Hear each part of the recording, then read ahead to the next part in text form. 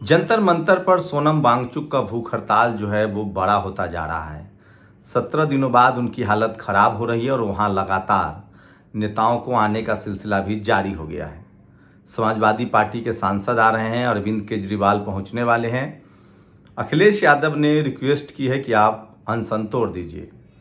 सोनम वांगचुक धर्मेंद्र प्रधान के इस्तीफे की मांग कर रहे हैं। 17 दिनों से भूख हड़ताल पर हैं। इस खबर पर डिटेल से बताऊंगा। साथ ही धीरेंद्र शास्त्री के भाई पर फिर गंभीर आरोप लगा है।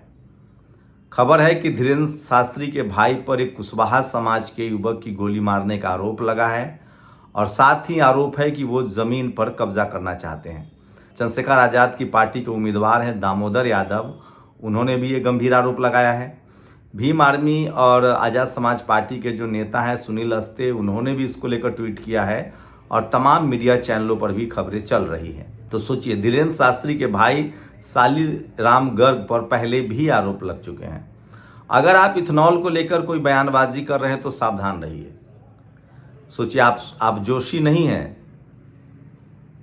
जो आप माफी मांग के बच जाएंगे। कहा जा रहा है कि नागपुर में 3 या 4 लोगों पर एफआईआर दर्ज हुआ है जो इथेनॉल को लेकर सवाल पूछ रहे थे। वैसे भी एक निजी चैनल के इंटरव्यू में, जो प्राइवेट जेट में इंटरव्यू चल रहा था, उसमें खुद नितिन गडकरी ने कहा है कि इथेनॉल से माइलेज घटेगा कि गिरेगा ये नापने का आपको अधिकार नहीं है।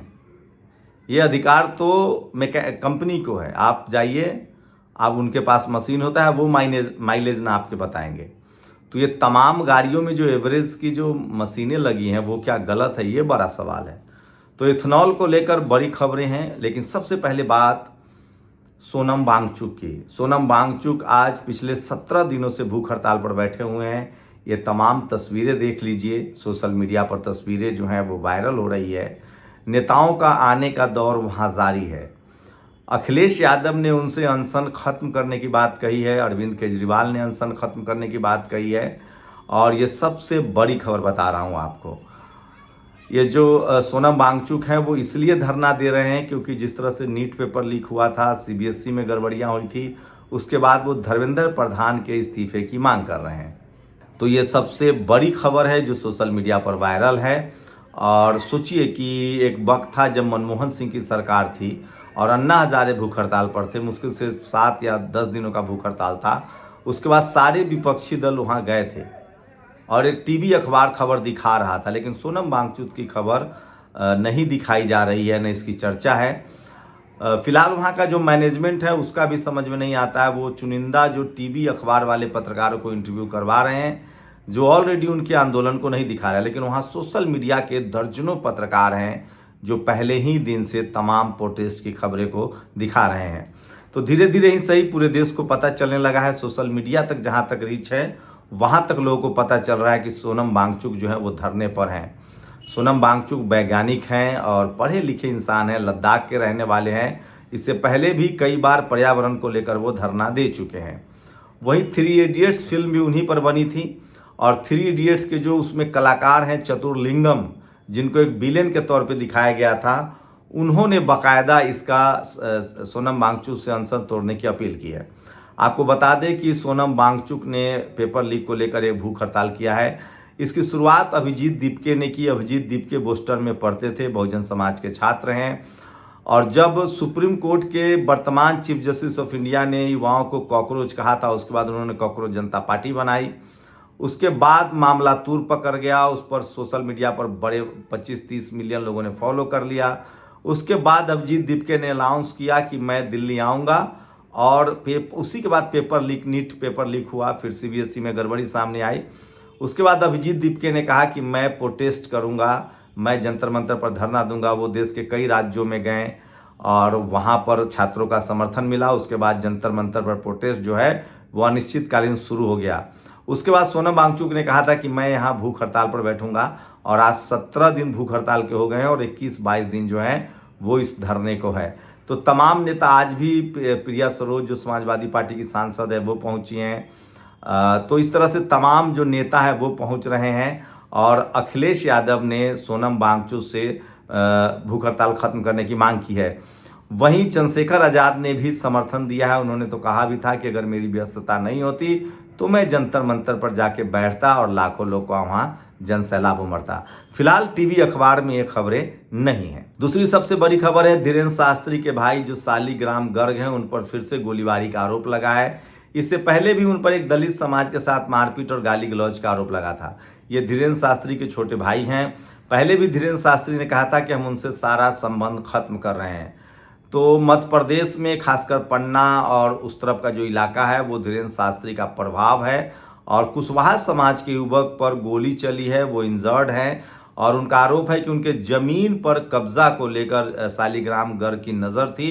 इसको लेकर दामोदर यादव जो दतिया से उम्मीदवार हैं उन्होंने भी ये जानकारी दी है, सुनील अस्ते ने दिया है और इंजर्ड युवक ने, जो घायल युवक है, उन्होंने कहा है कि उनके ऊपर गोलीबारी की कोशिश हुई है और उनको गोली लगी है। तो ये बड़ी खबरें हैं जो सोशल मीडिया पर आपको नहीं दिखाएगा। उसके बाद अगर आप इथेनॉल को लेकर लगातार बयान दे रहे हैं और लिख रहे हैं तो सावधान रहिएगा, क्योंकि महाराष्ट्र में जो खबरें आ रही है इथेनॉल को लेकर जो है वो FIR दर्ज हुआ है। अब बढ़ेगा संघर्ष का कारवां। छात्रों का आंदोलन और सोनम वांगचुक के समर्थन में कल जंतर मंतर पहुंचेंगे नगीना सांसद, भीम आर्मी प्रमुख एडवोकेट चंद्रशेखर आजाद। तो चंद्रशेखर आजाद ने बड़ा ऐलान कर दिया है, कल वो सोनम वांगचुक के इस प्रदर्शन में जा रहे हैं। अखिलेश यादव ने उनसे कहा है कि आप प्लीज अनशन तोड़ दीजिए। और एनडीए के कितने प्रतिशत समर्थक अपनी गाड़ी में नहीं भराना चाहते E20 पेट्रोल? सी वोटर के सर्वे में चौंकाने वाले नतीजे हैं। तो सोचिए जो E20 पेट्रोल है वो एनडीए के समर्थक भी नहीं भरवाना चाहते हैं। ये तमाम बड़ी खबरें हैं जो सोशल मीडिया पर वायरल है। और राजीव तलवार भी आज जंतर मंतर पहुंचे, काफ़ी विवादित पत्रकार हैं, गाली गलौज की भाषा में बात करते हैं। अखिलेश यादव और अरविंद केजरीवाल ने अनशन समाप्त करने की मांग की है। तो आज सबसे बड़ी खबर है, सबसे जो ये खबर है आप समझ सकते हैं कि किस तरह से। और अघोषित आपातकाल, E20 पर सवाल उठाने पर 4 इन्फ्लुएंसर्स पर FIR, नागपुर पुलिस की कार्रवाई है। लक्ष्मण यादव ने यह खबर शेयर की है एक्स पर। लोकतंत्र की नई परिभाषा, सरकार से सवाल पूछो तो FIR, सच बोलो तो गुनहगार।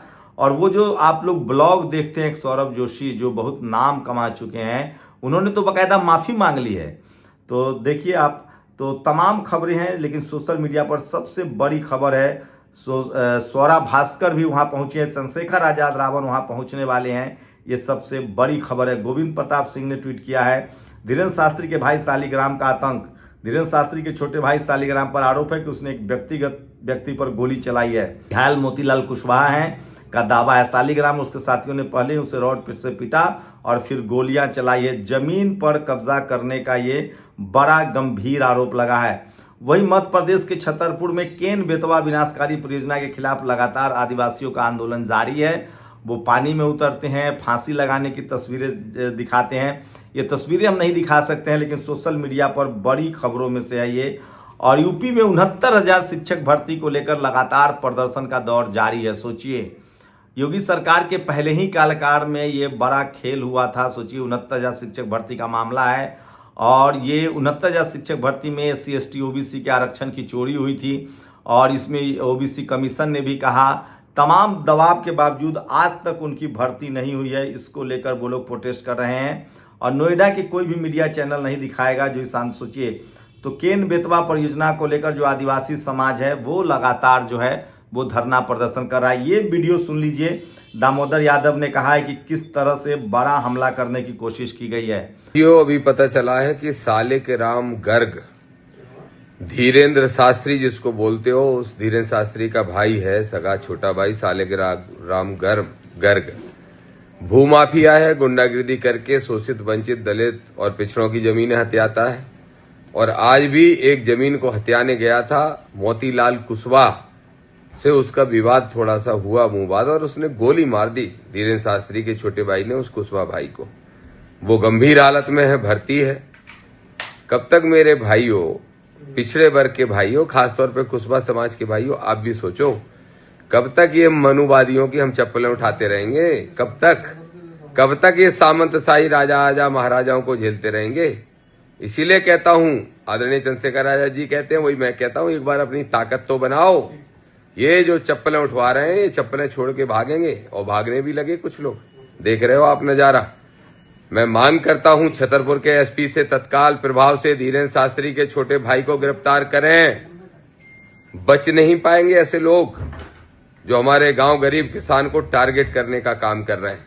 दामोदर यादव का खुला चैलेंज है, दतिया के चुनाव के बाद चढ़ाई करूंगा, लेके आऊंगा अपने साथियों को, और जितनी भी गांव गरीब के किसानों की जमीनों को हथियाया है वो सब मुक्त कराऊंगा और उनको वापस दिलाऊंगा। और यूपी पुलिस में 24-25 लाख रुपए की लूट, 3 सिपाही सस्पेंड। 3 सिपाही ने ही लूट को अंजाम दिया है। ये सबसे बड़ी खबर है जो सोशल मीडिया पर वायरल है, और सोशल मीडिया ही सच्चा मीडिया है, सोशल मीडिया ही बहुजन मीडिया है। दामोदर यादव जो दतिया से उम्मीदवार हैं, उन्होंने सालीग्राम पर आरोप लगाया है कि उन्होंने कुशवाहा समाज के युवक को गोली मारी है और वहां जाएंगे। तो सोनम वांगचुक की आपको खबर टीवी अखबार में नहीं दिखेगी। अगर आप उस खबर को देश भर में फैलाना चाहते हैं तो वीडियो को शेयर कीजिए, कमेंट कीजिए। इथेनॉल पर एफआईआर का खेल शुरू हो गया है। 4 लोगों के खिलाफ नागपुर में एफआईआर हुआ है, जो कि खुद नितिन गडकरी का क्षेत्र है, उनका ही लोकसभा क्षेत्र है। और सालीग्राम गर्ग पर एक शख्स ने गोली मारने का आरोप लगाया, ओबीसी समाज से आते हैं। ये बड़ी खबरें हैं जो सोशल मीडिया पर वायरल है। कल चंद्रशेखर आजाद जो है वहां जा रहे हैं। आप अपनी प्रतिक्रिया जरूर दीजिए। शुक्रिया। दस्तक की आपसे गुजारिश है कि अगर इसको बचाना चाहते हैं तो नेशनल दस्तक को सब्सक्राइब करने के लिए रेड कलर के सब्सक्राइब बटन को दबाएं, फिर बेल आइकन की घंटी दबाएं। नेशनल दस्तक को बचाने के लिए बहुत जरूरी है कि हर खबर को शेयर करें, लाइक करें, कमेंट जरूर करें।